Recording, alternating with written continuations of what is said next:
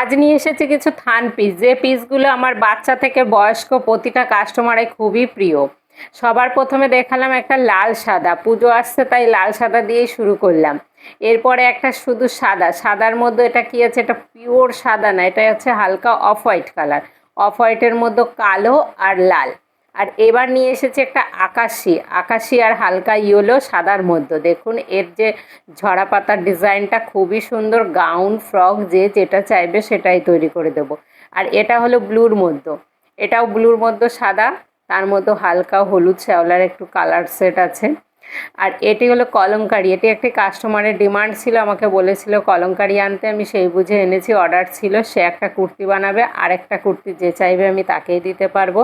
আর এটাও তাই, এটা আমার কাছে একটা আমি টপ কুর্তি তৈরি করেছিলাম, কাস্টমারের দেওয়া পিস, সেটা দেখে একজন অর্ডার করেছিল। আর এই পিসটা দেখুন কালার এতটা সুন্দর বেগুনির মধ্যে, এর মধ্যে হালকা হালকা গোল্ডেনের দাগ দেওয়া আছে যেটা ভিডিওতে বোঝা যাচ্ছে না। আর এটা হলো বাটিক, বাটিকের জন্য অনেকে বলে ব্লাউজ তৈরির জন্য, ব্লাউজ কুর্তি টপ যে যেটা চাইবে, যেমন ডিজাইন চাইবে তেমনই করে দেবো। এই পিসটার মধ্যে হালকা গোল্ডেনের দাগ দেওয়া আছে, হয়তো ক্যামেরায় ভালো আসছে না, কিন্তু সামনের থেকে দেখলে বোঝা যাবে। আর এটি হচ্ছে পিঙ্ক, ছোট ছোট বাচ্চারা এসে বলে পিঙ্ক কালারের জামা চাই, ওই জন্য নিয়ে এসেছে একটা সুন্দর সাদা আর পিঙ্কের।